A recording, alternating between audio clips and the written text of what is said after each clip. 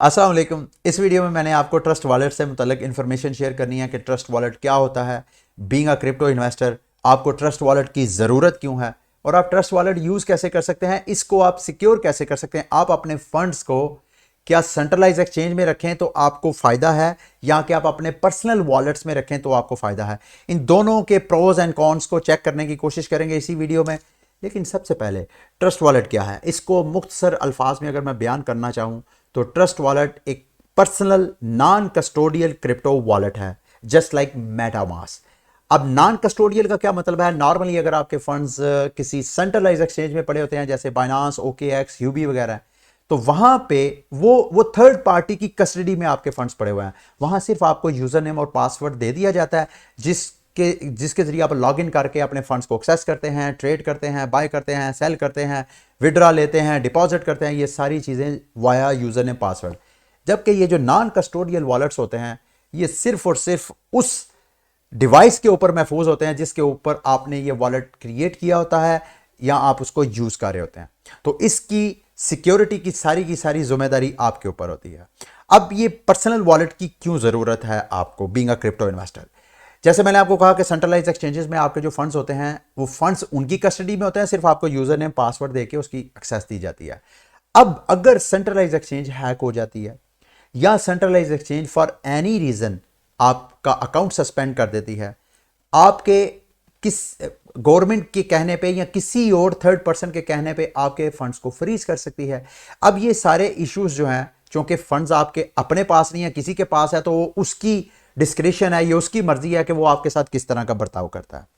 जबकि personal wallet में जब आपके पास फंड्स पड़े हुए हैं तो वो आपकी मर्जी के, जब तक आप उस पर्सनल वॉलेट की प्राइवेट की या सीड फ्रेजेस महफूज रखेंगे, आपसे कोई भी आपके फंड्स चोरी नहीं कर सकता, आपसे छीन नहीं सकता, उसको फ्रीज नहीं कर सकता। अब सेंट्रलाइज एक्सचेंज में फ़ायदा यह है कि जब आप वहाँ पे फंड्स रखते हैं तो वहाँ आपकी KYC होती है और आप उनकी अपनी सिक्योरिटी लेयर्स होती हैं बहुत ज़्यादा, जिस वजह से जो है हैकिंग बहुत टफ होती है। वहाँ पे हैकर इतनी जल्दी हैक नहीं कर सकता। अगर वो हैकिंग करेगा तो सिर्फ आपकी नहीं, पूरी एक्सचेंज की उसको करनी पड़ेगी। जबकि अगर आप अपना ट्रस्ट वॉलेट या इस तरह के जो पर्सनल वॉलेट हैं जैसे मेटामास्क वगैरह, अगर आप वहाँ पे फंड्स रखते हैं तो हैकर को बड़ी आसानी से वो आपको ट्रिक करके आपको हैक कर सकता है। अब वहाँ नुकसान भी हैं सेंट्रलाइज एक्सचेंजेस में। जैसे मैंने आपको बताया कि अकाउंट आपके फंड्स फ्रीज हो सकते हैं। वहाँ फ़ायदा ये है कि आपको सिक्योरिटी बड़ी सिक्योर, अगर फॉर एग्जांपल सेंट्रलाइज एक्सचेंज में आपका कोई यूज़र ने पासवर्ड चोरी कर लेता है तो आप दोबारा उनकी स्पॉट पे कांटेक्ट करके अपनी जो कि आपने KYC करवाई है, आपके डॉक्यूमेंट्स सारे सेंड किए हैं, उनसे वेरिफिकेशन करवाएं तो आपका अकाउंट जो है वो दोबारा रिस्टोर हो सकता है। तो यहाँ ये चीज़ नहीं है। अगर आपने मिस्टेक की, आपके फंड्स किसी हैकर के पास उस आपके वॉलेट की प्राइवेट की या उसके सीड फ्रेजेस किसी के हाथ लगे तो आपके सारे फंड्स के। तो ये प्रोज एंड कॉन्स हैं, इसको जेन में रख के तो फिर आपने यूज़ करना है। मैं वैसे आपको रिकमेंड करता हूं कि अगर आपने लॉन्ग टर्म अपनी सेविंग करनी है तो अपना पर्सनल वॉलेट क्रिएट करें। वो ट्रस्ट वॉलेट में भी कर सकते हैं, वो मेटामास्क में भी कर सकते हैं, और भी मार्केट में बहुत से वॉलेट्स मौजूद हैं, उनमें अकाउंट बना के तो उनके सीड फ्रेजेस को आपने ऑनलाइन नहीं रखना, सीड फ्रेजेस प्राइवेट की को ऑनलाइन नहीं रखना, उसको किसी पेपर पे लिख के महफूज कर लें या किसी और जगह आप जहन में भी रख सकते हैं। इट ऑल डिपेंड कि आप कितने इंटेलिजेंट है, कितने आप जीनियस है। लेकिन नॉर्मली होता यही है कि आप ऑफलाइन किसी, बल्कि मेरे चैनल के ऊपर एक वीडियो मौजूद है कि कैसे आप किसी पुराने मोबाइल को लेके उस मोबाइल को आप अपना क्रिप्टो हार्डवेयर वॉलेट बना सकते हैं। ऐसा हार्डवेयर वॉलेट जो कि जिसकी आपको ज़रूरत नहीं है, और वो ऑफलाइन आप छोड़ दें, आपके फंड जो है वो हमेशा वहाँ पे महफूज है जब तक वो डिवाइस मौजूद है और जब तक उस डिवाइस की जो वॉलेट क्रिएट किया है उसके सीड फ्रेजेस और उसकी प्राइवेट की आपके पास है। ठीक है। अब ये ट्रस्ट वॉलेट क्यों? मार्केट में और भी वॉलेट्स हैं जैसे मेटामास्क जो है, अगर बात की जाए तो इस वक्त जो पर्सनल वॉलेट्स हैं उनमें सबसे ज़्यादा पॉपुलर मेटामास्क है। मेटामास्क क्यों और ट्रस्ट वॉलेट की, इन दोनों में क्या फ़र्क है? मेटामास्क जो है वो नॉर्मली बाय डिफ़ॉल्ट सिर्फ और सिर्फ इथीरियम और उसके टोकन्स, यानी इथीरियम की ब्लॉकचेन और उसके ऊपर लॉन्च होने वाले टोकन्स को सपोर्ट करता है। इथीरियम के ऊपर लॉन्च होने वाले गेमिंग प्रोजेक्ट्स, NFTs, उनको आप वहाँ पे महफूज कर सकते हैं। अगर आपने वहाँ पे दूसरी ब्लॉकचेन्स के कॉइन्स या उनके ऊपर लॉन्च होने वाले टोकन्स को महफूज करना है तो उसके लिए आपको उनके नेटवर्क से ऐड करना पड़ते हैं। ट्रस्ट वॉलेट में ऐसा कोई सीन नहीं है। आपने अगर यहां पे BTC सेव करना है, इथीरियम सेव करना है या इथीरियम के टोकन्स को सेव करना है तो आप कर सकते हैं। आपने बाइनांस या उसके टोकन्स को करना है तो आप कर सकते हैं। इसके अलावा और भी कई ब्लॉकचेन्स हैं उनके कॉइन्स और उनके टोकन्स को आप यहां पे स्टोर कर सकते हैं, जो कि आगे जाके हम थोड़ा सा एक्सप्लोर भी करते हैं। अब इसका और उसका फर्क है, मेटामास्क का मोबाइल वर्जन भी है ऐप का, पर्सनल वॉलेट का, और आप उसको ब्राउजर के जरिए भी एक्सेस कर सकते हैं, जबकि ट्रस्ट वॉलेट सिर्फ और सिर्फ मोबाइल पे आप एक्सेस कर सकते हैं। वेब ब्राउजर के जरिए भी कर सकते हैं, वो आगे जाके मैं आपको अगले प्रोसेस में जब हाउ टू यूज इट पे जाएंगे तो आपको बताऊंगा। तो सबसे पहले इसको आपने यूज कैसे करना है। आपके पास मोबाइल बेशक आईफोन है या एंड्रॉयड है, आपने अपने प्ले स्टोर में जाके, ये स्क्रीन पे आपको नजर आ रहा है ट्रस्ट वॉलेट, आपने ये डाउनलोड करना है। मैंने तो ऑलरेडी डाउनलोड किया। आप जब इंस्टॉल कर लेंगे उसके बाद आप ओपन पे क्लिक करेंगे तो यहां पे आपके पास दो ऑप्शंस है। एक है कि आपने अपना वॉलेट क्रिएट करना है। अब जब आप वॉलेट क्रिएट करेंगे तो उस दौरान जो सीड फ्रेजेस होंगे, जो कि आगे जाके वो सीड फ्रेजेस आपने किसी के साथ नहीं शेयर करना है। जिसके पास वो सीड फ्रेजेस होंगे उस वॉलेट के अंदर फंड्स का मालिक वो बंदा होगा, ठीक है। तो अगर आपके पास ऑलरेडी वॉलेट है, फॉर एग्जांपल आपने वॉलेट क्रिएट किया है, उसके बाद आपकी डिवाइस जो है खुदा न खासा गुम हो जाती है, लॉस हो जाती है, तो आपके जो पुराने वॉलेट के सीड फ्रेजेस हैं, प्राइवेट की हैं, उसको आप यहां पे इंपोर्ट कर सकते हैं। नीचे I already have a wallet पे क्लिक करेंगे तो वो सीड फ्रेजेस आप जो कि पिछली टाइम जब आपने वॉलेट क्रिएट किया था और उनको महफूज किया था वो वहां पे एंटर करेंगे तो आप अपना वॉलेट जो है वो रिस्टोर कर जाएंगे। बजाय इसके कि नया वॉलेट क्रिएट करें, नया वॉलेट क्रिएट करने की जरूरत नहीं है, क्योंकि नया वॉलेट क्रिएट करेंगे तो फिर दोबारा जब फंड्स उस वॉलेट से इस वॉलेट पे ट्रांसफर करेंगे तो ट्रांजैक्शन फीसें वगैरह लगेंगी, तो आपको कोई ज़रूरत नहीं है।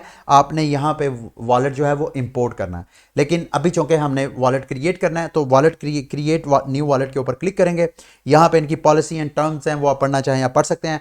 मेटा ट्रस्ट वॉलेट से मुतल्लिक आपको बताता चलूँ कि ये बाइनांस ने एक्वायर किया है। बाइनांस ये बड़ा ट्रस्टेबल पर्सनल वॉलेट है और इसके अलावा यहाँ पे आपको ट्रेडिंग की भी फैसिलिटी है। ज़रूरी पर्सनल वॉलेट का एक मसला ये होता है, कॉन्स की बात करते हैं कि नॉर्मली जब सेंट्रलाइज एक्सचेंज में आप फंड्स रख रहे हैं वहाँ तो लिक्विडिटी बहुत ज़्यादा होती है। अगर आपने कोई क्रिप्टो बाय करना है या सेल करना है तो आपको ट्रेडिंग की फैसिलिटी वहाँ पे मिलती है। ये पर्सनल वॉलेट में ट्रेडिंग की फैसिलिटीज़ ऐसे उस लेवल की नहीं है जिस लेवल की वो सेंट्रलाइज एक्सचेंजेस में मिलती हैं। हाँ, यहाँ आप स्वापिंग वगैरह कर सकते हैं, आप मेटामास्क में भी कर सकते हैं, आप ट्रस्ट वॉलेट पे भी कर सकते हैं। वो आगे जाके मैं कोशिश करता हूँ कि एक दो स्वापिंग वगैरह करके भी आपको बताऊँ।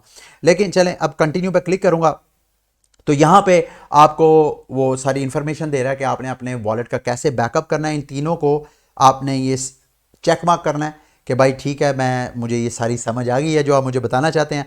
उसके बाद कंटिन्यू पे क्लिक करेंगे तो ये जो स्क्रीन पे, पता नहीं अब आपको ये स्क्रीन पे नज़र आ रहा है या नहीं, ये स्क्रीन पे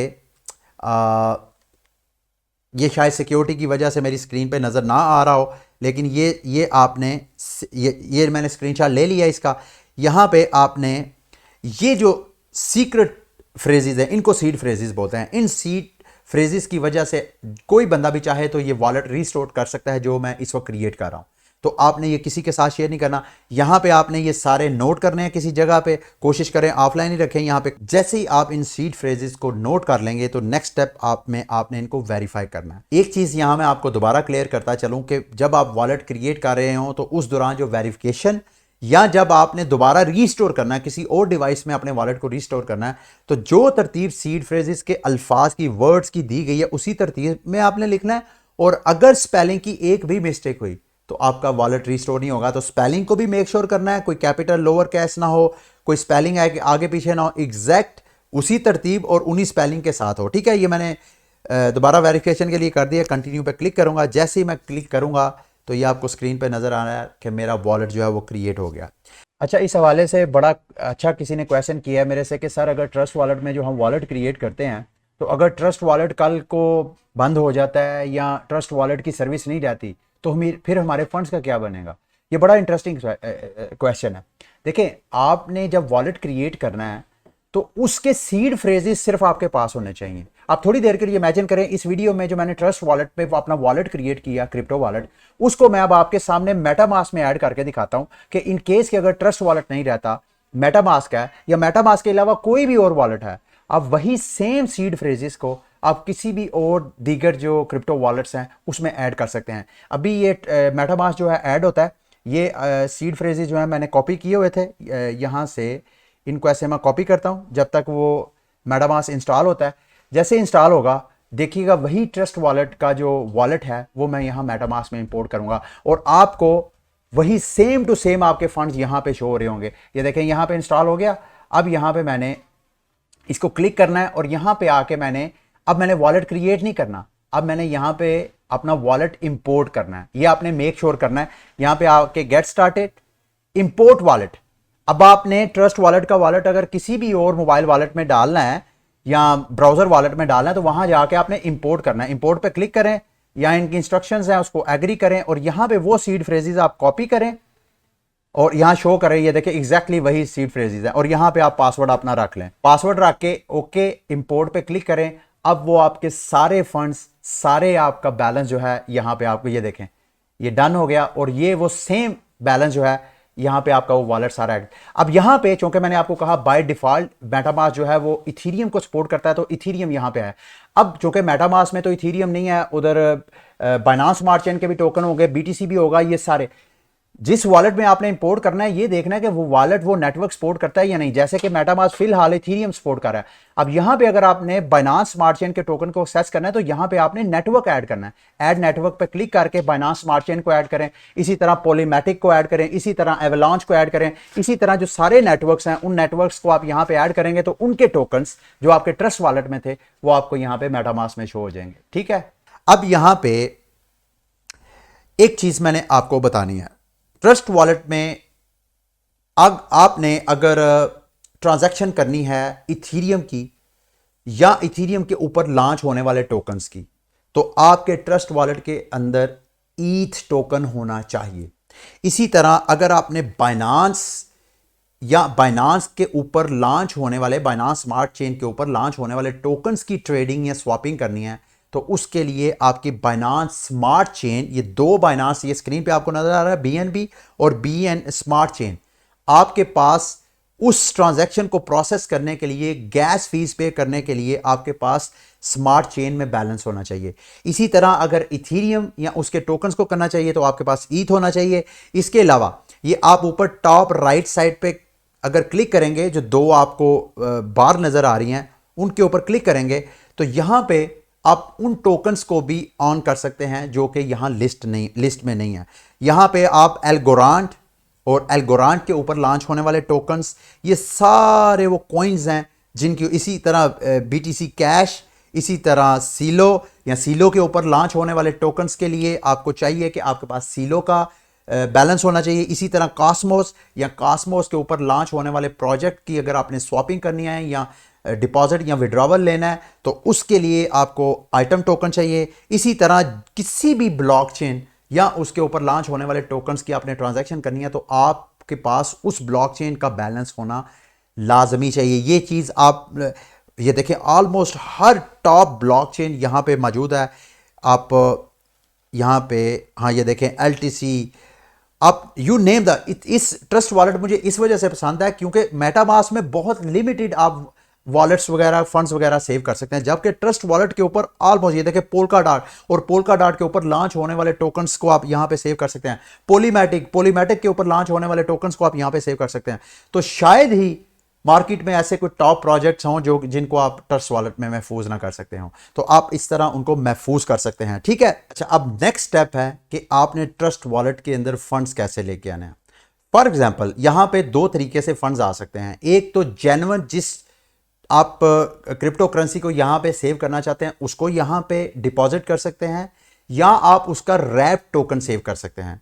रैप इस वजह से, फॉर एग्जांपल आपके पास इथीरियम पड़ा हुआ है बाइनांस के ऊपर, अब इथीरियम वहां से अगर आप अपने पर्सनल वॉलेट में लेके आएंगे तो जिसकी बाद में थोड़ी देर बाद आपने सेल आउट करना है तो आपको दोबारा जब यहां से फिर अपने बाइनांस पे लेके जाएंगे तो ये इन आउट के दरमियान इथीरियम की तो ट्रांजैक्शन फीस बहुत ज़्यादा है। तो बजाय इसके कि आप इथीरियम के नेटवर्क के ज़रिए यहाँ पे डिपॉजिट करें फंड्स, आप जो नेटवर्क यूज़ कर सकते हैं वो BEP20 यूज़ कर सकते हैं, यानी उस नेटवर्क के ज़रिए यहाँ पे फंड्स मंगवा सकते हैं जिसकी ट्रांजैक्शन फीस कम है।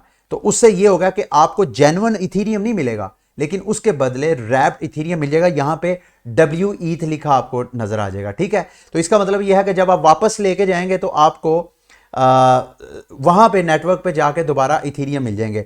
लेकिन दोबारा मैं यही कह रहा हूं कि जब आपने फंड्स को ट्रांजैक्शन करनी है ट्रस्ट वॉलेट में तो जिस नेटवर्क के जरिए आपने ट्रांजैक्शन करनी है उसके टोकन्स आपके पास होना जरूरी हैं। अच्छा, अब अगला स्टेप है कि हम इसको यूज कैसे कर सकते हैं। एक तो मैंने आपको बताया कि अगर आपने किसी भी क्रिप्टो करेंसी जो कि यहाँ लिस्ट में मौजूद नहीं है तो आपने उसको सर्च करना है, तो यहाँ पे क्लिक करें। यहाँ फॉर एग्जांपल USDT नहीं था तो मैं यहाँ पे USDT सर्च करूंगा, तो यहाँ पे USDT की कितनी ऑप्शंस हैं ये आपने लाजमी समझनी है।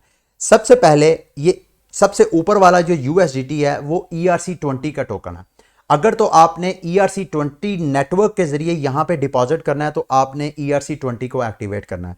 अगर आपने TRC20 से जो USDT लेके आना है तो फिर आपने इसको ऑन करना है। इसी तरह SPL ये दूसरी कोई ब्लॉकचेन है उसका है। BEP20 के जरिए ये देखें, ये पैच जो है BEP20 के जरिए भी USDT आप मंगवा सकते हैं, क्योंकि बाइनांस स्मार्ट चेन के ऊपर USDT अभी नहीं है।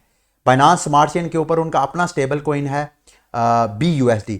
अब यहां पे अगर आप BEP20 के जरिए USDT मंगवाएंगे तो वो आपको USDT जेन्युइन USDT नहीं मिलेंगे, बल्कि उसका रैप टोकन मिलेगा, पेज टोकन मिलेगा। जैसे कि यहां पे बाइनांस पेज BSE USDT वो होगा USDT, लेकिन वो उसका सिंथेटिक वर्जन होगा। तो जब कभी आपने दोबारा उसको बाइनांस पे लेके जाएंगे तो आप BEP20 के जरिए लेके जाएंगे, उसके लिए आपके ट्रस्ट वॉलेट के अंदर जो स्मार्ट चेन है उसके अंदर बैलेंस होना चाहिए। ठीक है, अब फॉर एग्जांपल मैं यहाँ पे TRC20 को ही एक्टिव कर लेता हूँ और ये देखें जैसे ही मैं करूँगा तो यहाँ पे मैं जब क्लिक करूँगा, रिसीव पे क्लिक करूँगा तो यहाँ नीचे आप देख रहे हैं, नीचे लिखा भी हुआ है स्क्रीन पे देखें, सेंड ओनली टेथर TRC20। इसी तरह अगर मैं यहाँ पे मैं दोबारा USDT सर्च करता हूँ USDT, अब मैं ERC20 को भी एक्टिव कर देता हूँ तो ये देखें दोनों डिफरेंट है।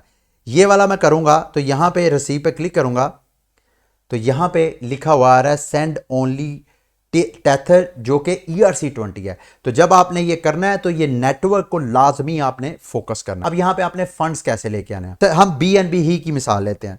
BNB दो किस्म के हैं, एक स्मार्ट BNB है बाइनांस स्मार्ट चेन का, एक है BNB सिंपल BNB चेन।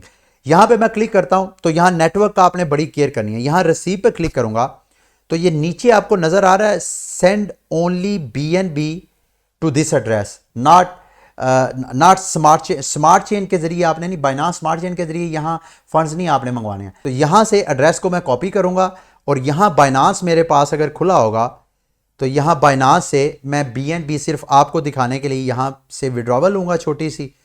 यहां पे विड्रॉ पे क्लिक करें BNB और वाया क्रिप्टो विड्रा, यहां पे वो वाला एड्रेस जिस एड्रेस पे आपने BNB मंगवाना है ट्रस्ट वॉलेट के, वो यहां पे आपने पेस्ट करना है।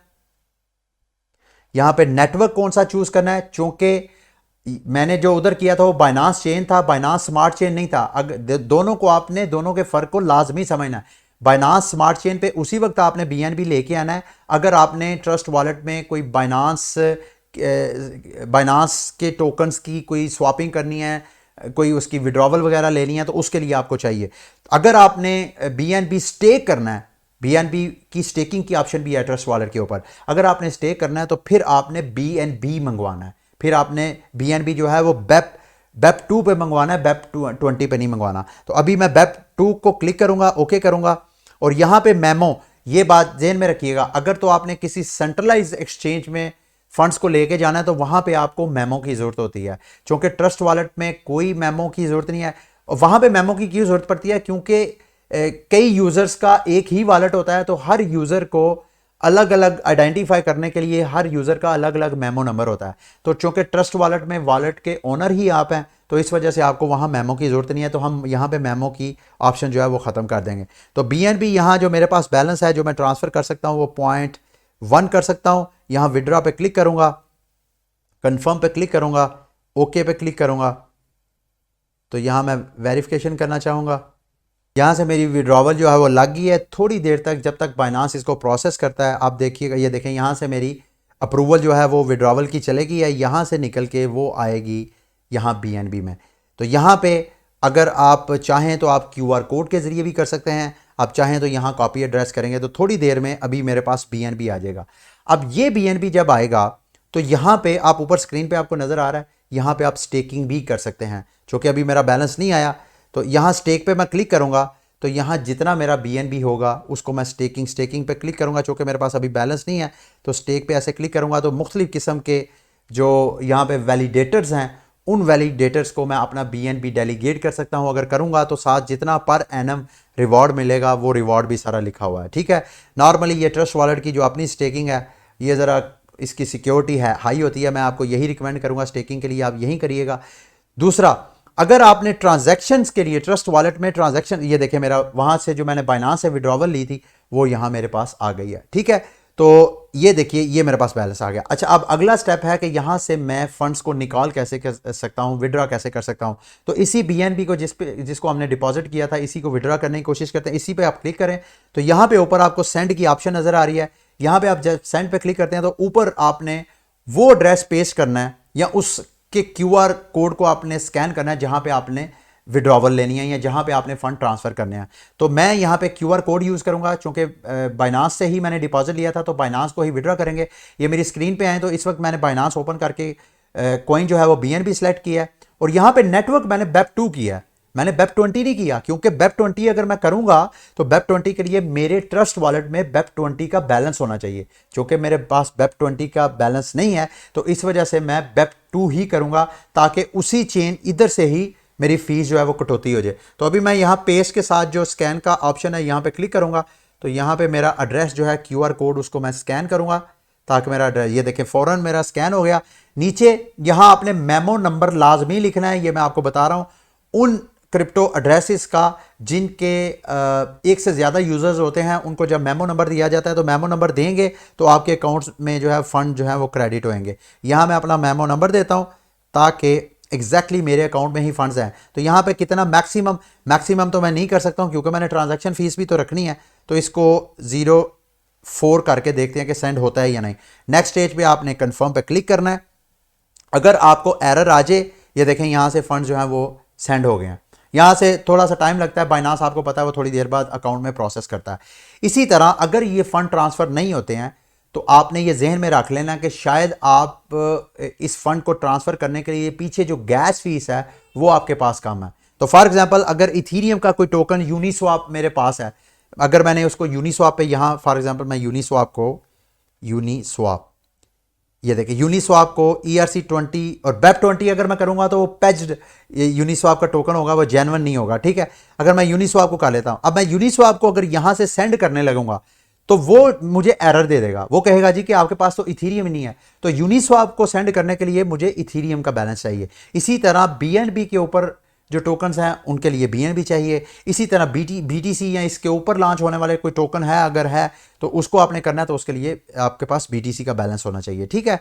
ये तो हो गया। यहाँ पे आप स्टेकिंग वगैरह भी कर सकते हैं, वो BNB की स्टेकिंग के बारे में आपको ऑलरेडी मैं बता चुका हूँ।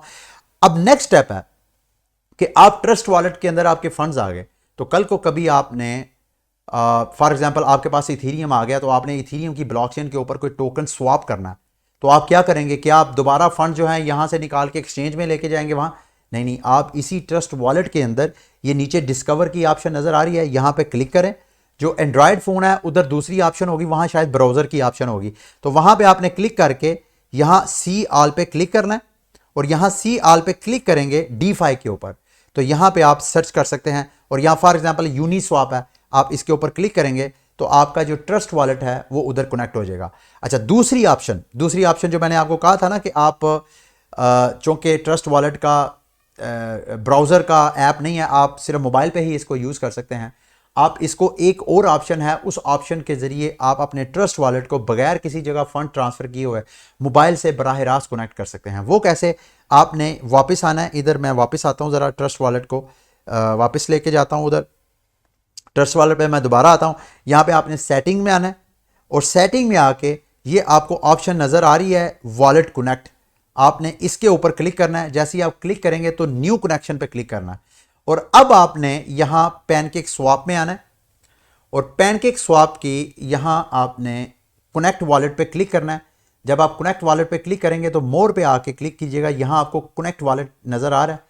इस कनेक्ट वॉलेट पे क्लिक करेंगे तो ये वो QR कोड आपने स्कैन करना है और ये देखिए जैसे ही आप स्कैन करेंगे तो ट्रस्ट वॉलेट से बराह रास्त आपका ये जो मोबाइल वाला ट्रस्ट वॉलेट है बराह रास्त वहाँ पे कनेक्ट हो गया। अब यहाँ पे जितना बैलेंस, चूँकि मेरे पास वहाँ बैलेंस था ही नहीं या थोड़ा सा बैलेंस है, उसको चेक कर लेते हैं। फॉर एग्जांपल मेरे पास BNB पड़ा हुआ है, तो यहाँ मैं स्वैप पे क्लिक करूँगा, ट्रेड पे आऊँगा, एक्सचेंज यहाँ BNB, और BNB यहाँ कौन सा चाहिए, जो कि बाइनांस स्मार्ट चेन वाला है। वो बाइनांस चेन वाला यहाँ पे बैलेंस आपको नज़र नहीं आएगा, ये देख रहे हैं, ये BNB 0 है, क्योंकि ये वो वाला BNB नहीं है जो कि आपको पैनकेक स्वैप पे ट्रेडिंग के लिए चाहिए। तो वहाँ पे आप चलें, आपने आइडिया तो गेट कर लिया, इस तरह आप कनेक्ट कर सकते हैं। अब अगर आपने उसको करना है, क्या उसका नाम लेते हैं, यूनिस्वैप को, तो यूनिस्वैप को भी आप कर सकते हैं ट्रस्ट वॉलेट के लिए। दोबारा आपने ट्रस्ट वॉलेट की सेटिंग में जाना है, वॉलेट कनेक्ट पे, न्यू कनेक्शन पे, और यहां आपने कनेक्ट वॉलेट पे क्लिक करना है, और यहां पे कनेक्ट वॉलेट, और इसका QR कोड स्कैन करेंगे तो अब ये यूनिस्वैप के साथ भी आपका ट्रस्ट वॉलेट जो है वो लिंक हो गया। तो इस तरह आप सारे टोकन्स एक बराह रास्त आप ट्रस्ट वॉलेट अपने पर्सनल वॉलेट के जरिए आप एक दो टोकन दे के दूसरा टोकन जो है वो ले सकते हैं। इस तरह यानी आप ट्रेडिंग भी कर सकते हैं, स्वैपिंग भी कर सकते हैं, और इस तरह फंड्स आप सेंड भी कर सकते हैं, रिसीव भी कर सकते हैं। थोड़ा सा सेटिंग्स में जाके मैं थोड़ी सी चीज़ें आपको बताना चाहूँगा। आप यहाँ वॉलेट पे आएँ, यहाँ पे आप और वॉलेट भी ऐड कर सकते हैं, आप एक से ज़्यादा वॉलेट रख सकते हैं। फॉर एग्जांपल आप जितने ज़्यादा वॉलेट ऐड करेंगे उतनी ज़्यादा आपकी सिक्योरिटी होगी। फॉर एग्जांपल अगर हैकर आपका एक वॉलेट हैक कर लेता है तो आपके सारे फंड्स चले जाएंगे। अगर आप अपने फंड्स को एक से ज़्यादा वॉलेट में सेव रखेंगे, एप्लीकेशन सेम है लेकिन उसमें सिर्फ वॉलेट्स आपने सेपरेट करने हैं। अगर आप वॉलेट ज़्यादा क्रिएट कर लेंगे तो इसका मतलब है आपके फंड्स जो हैं वो डाइवर्सिफाई हो जाएंगे। अगर एक वॉलेट का सीड फ्रेज प्राइवेट की हैक हो सकती है, बाकी तो आपके फंड्स महफूज हो सकते हैं। तो रिकमेंडेड यही है कि आप मल्टीपल वॉलेट्स रख सकते हैं। तो उसके लिए आपने यहाँ वॉलेट्स में आना है, प्लस पे क्लिक करें, यहाँ वॉलेट क्रिएट करें या यहाँ इंपोर्ट कर लें, ठीक है। तो उसके बाद जी नेक्स्ट सेटिंग है सिक्योरिटी में आके आप ऐप अपने जो ट्रस्ट वॉलेट मोबाइल ऐप है उसको आप लॉक लगा सकते हैं, ताकि कोई बंदा भी ट्रस्ट वॉलेट को ओपन करके वो फंड ट्रांसफर ना करे इजीली, क्योंकि इसकी कोई सिक्योरिटी नहीं रखेंगे तो कोई बंदा भी उसको सेंड कर सकता है। यहाँ पे पुश नोटिफिकेशन, आप अगर चाहें तो नोटिफिकेशन आपको ट्रस्ट वॉलेट के हवाले से आ सकते हैं। प्रेफरेंस में आएंगे तो प्रेफरेंस में यहाँ सबसे ऊपर करेंसी है। अगर आप पाकिस्तानी यूज़र हैं तो आप चाहते हैं कि जितने आपके ट्रस्ट वॉलेट में फंड्स हैं उनकी वैल्यू पाकिस्तानी रुपए में आए, तो यहाँ इसको क्लिक करके यहाँ नीचे से करेंसी आप सिलेक्ट कर सकते हैं, या किसी भी और करेंसी में आप वैल्यू देखना चाहे तो वो कर सकते हैं। नीचे लैंग्वेज है वो भी आप देख सकते हैं। उसके अलावा आप प्राइस अलर्ट भी लगा सकते हैं। प्राइस में अगर स्विंग्स आते हैं छोटे बड़े तो ट्रस्ट वॉलेट आपको नोटिफिकेशन भेज सकता है कि भाई ये वो सारी चीज़ें हैं, ठीक है। ये थी मेरी वीडियो। उम्मीद करता हूँ इस हवाले से आपको ऑलरेडी काफ़ी अंडरस्टैंडिंग होगी कि इसको कैसे यूज़ करना है। फिर भी इस हवाले से अगर कोई इन्फॉर्मेशन ऐसी है जो मैं मिस कर गया हूँ तो आप इस वीडियो के नीचे मेरे से पूछ सकते हैं। दोबारा आपसे कहूँगा कि आपने अपने सीड फ्रेजेस को महफूज रखना है। अगर वो महफूज होंगे तो मेरे दोस्तों भाइयों आप के फंड्स महफूज हैं। अदरवाइज़ यहाँ स्वैप पे क्लिक करें तो यहाँ पे जो मैं आपको कह रहा था ना कि आप यहाँ पे एक्सचेंज भी कर सकते हैं, वो यहाँ पे आप कर सकते हैं। एक्सचेंज पे क्लिक करें तो ये वो सारी ऑप्शंस हैं, ख़ुसूसन जो बाइनांस स्मार्ट चेन के ऊपर लॉन्च होने वाले टोकन्स हैं उनकी आप बाकायदा यहाँ पे ट्रेडिंग कर सकते हैं। मेरे BNB के ये सारे पेयर्स हैं। फॉर एग्जांपल मैं BNB दे के इसके ऊपर और जो ये बाइनांस स्मार्ट चेन के सारे जो टोकन हैं ट्रस्ट वॉलेट के कहा लेते हैं TWT, बाइनांस और TWT।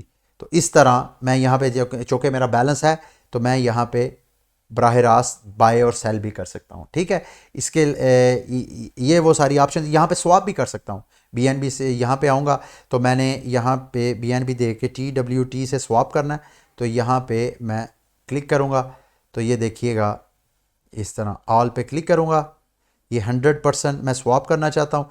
ये नीचे जो है इसके बदले मुझे 4 TWT मिलेंगे। स्वैप पे क्लिक करूँगा तो कंफर्म पे क्लिक करूँगा तो ये देखें मेरा स्वैप कंप्लीट हो गया। अगर स्वैप नहीं हो रहा तो उसकी वजह आपकी पीछे गैस फीस हो सकती है। जिस टोकन को आप स्वैप कर रहे हैं उस टोकन की गैस फीस आपके वॉलेट में होना बहुत ज़रूरी है। ये बार बार मैं कह रहा हूँ। अच्छा ये अभी ये देखें जो मैंने ट्रस्ट वॉलेट बाय किया था 4 मेरे TWT जो हैं यहाँ पे शो हो गए हैं।